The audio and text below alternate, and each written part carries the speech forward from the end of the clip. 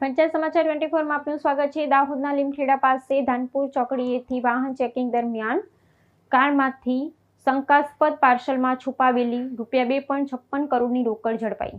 દાહોદ જિલ્લાના લીમખેડા નજીક આવેલી ધાનપુર ચોકડી પાસે સઘન વાહન ચેકિંગ દરમિયાન પોલીસે એક કારમાંથી ₹2.56 કરોડથી વધુની બિનહિસાબી રોકડ રકમ જપ્ત કરી મોટી કાર્યવાહી હાથ ધરી છે। હાઈવે પરથી પસાર થતી એક શંકાસ્પદ કારને અટકાવી તલાશી લેતા તેમાંથી 3 જેટલા શંકાસ્પદ પાર્સલ મળી આવ્યા હતા, જેને ખોલતા અંદરથી જંગી માત્રામાં ચલણી નોટો મળી આવતા સ્થાનિક પોલીસ બેડામાં ભારે દોડધામ મચી ગઈ હતી। પોલીસની પ્રાથમિક તપાસ અને પૂછપરછમાં સામે આવી છે કુલ ₹2.56,80,500ની આ તોતિંગ રોકડ દાહોદની એક આંગળીયા પેઢીમાં વડોદરા તરફ લઈ જવામાં આવી રહી હતી। આ રકમ દાહોદના જ સ્થાનિક રહીશ ભરત ચોપડા દ્વારા વડોદરા પહોંચાડવા માટે વાહકને આપવામાં આવી હોવાની પ્રાથમિક કબૂલાત થઈ છે। આટલી મોટી રકમ કોને અને કયા આર્થિક વ્યવહાર પેટે પહોંચાડવાની હતી તે દિશામાં હાલ સઘન તપાસ શરૂ કરવામાં આવી છે।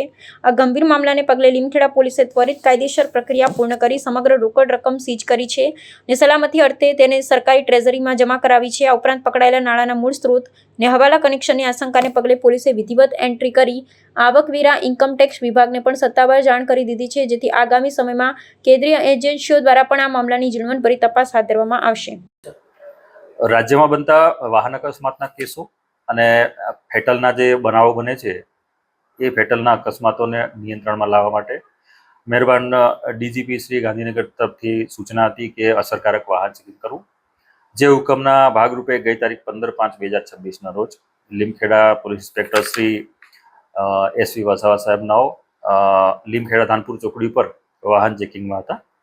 તે દરમિયાનમાં દાહોદ તરફથી એક એર્ટિગા ગાડી આવી, જેનો રજિસ્ટ્રેશન નંબર GJ23CD7376નો હતો।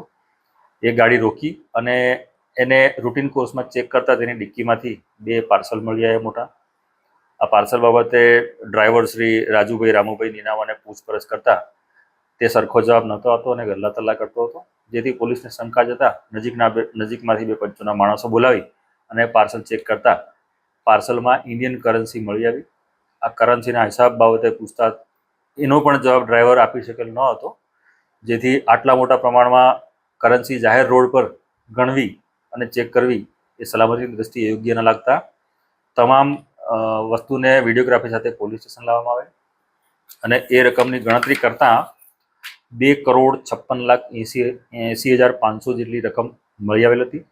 આ રકમને પોલીસે સીઝ કરી છે અને ટ્રેઝરી વિભાગને જાણ કરેલી છે અને જે આ ઈસમ જે છે ડ્રાઈવર તેને નોટિસ આપીને મુક્ત કરી દીધેલ છે।